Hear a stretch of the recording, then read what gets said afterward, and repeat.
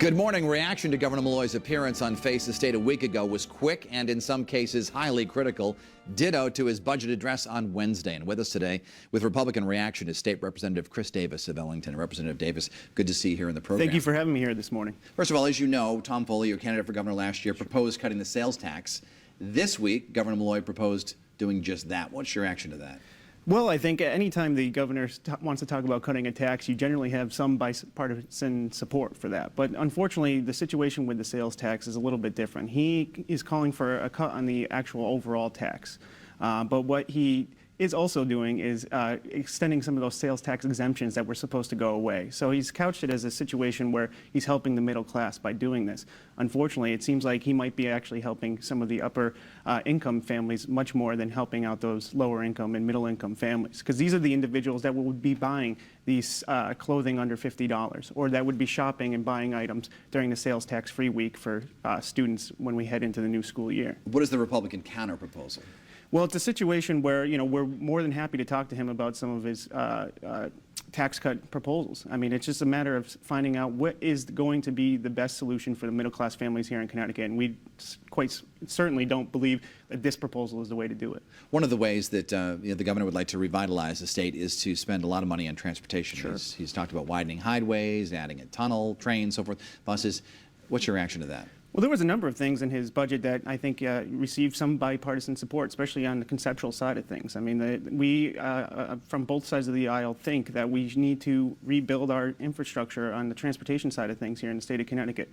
Unfortunately, we didn't really get a plan to fund this. He's asking for $10 billion in new spending over the 5 years, but no real way of actually paying for it. As you know, Dennis, over a week ago, the Republican Party released a plan that would actually fund these transportation initiatives that the governor was talking about and do it without tolls, do it without new taxes. You know, a lot of taxpayers would like to see people from other states pay for the transportation improvements here. We do pay tolls when you drive through New York into Connecticut, and when you're in Massachusetts driving back in, you do have to pay a toll. So why not put them at the borders here? Well, it's a situation where maybe we can get these individuals to start buying gasoline here in the state of Connecticut to help paying for those. I mean, we have some of the highest gasoline taxes in the entire country. And because of that, people kind of go right through our state and they don't bother to buy that. And they know it when they come into our state. They know that they can buy it for cheaper in Massachusetts or elsewhere. So that's one way that we can try to get people to invest a little bit more.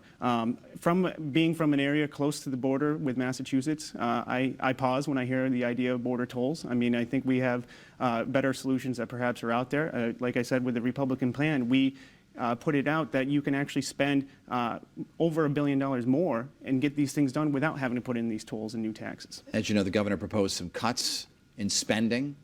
What's the worst cut in your opinion? Well, I mean, there's certainly a great number of cuts.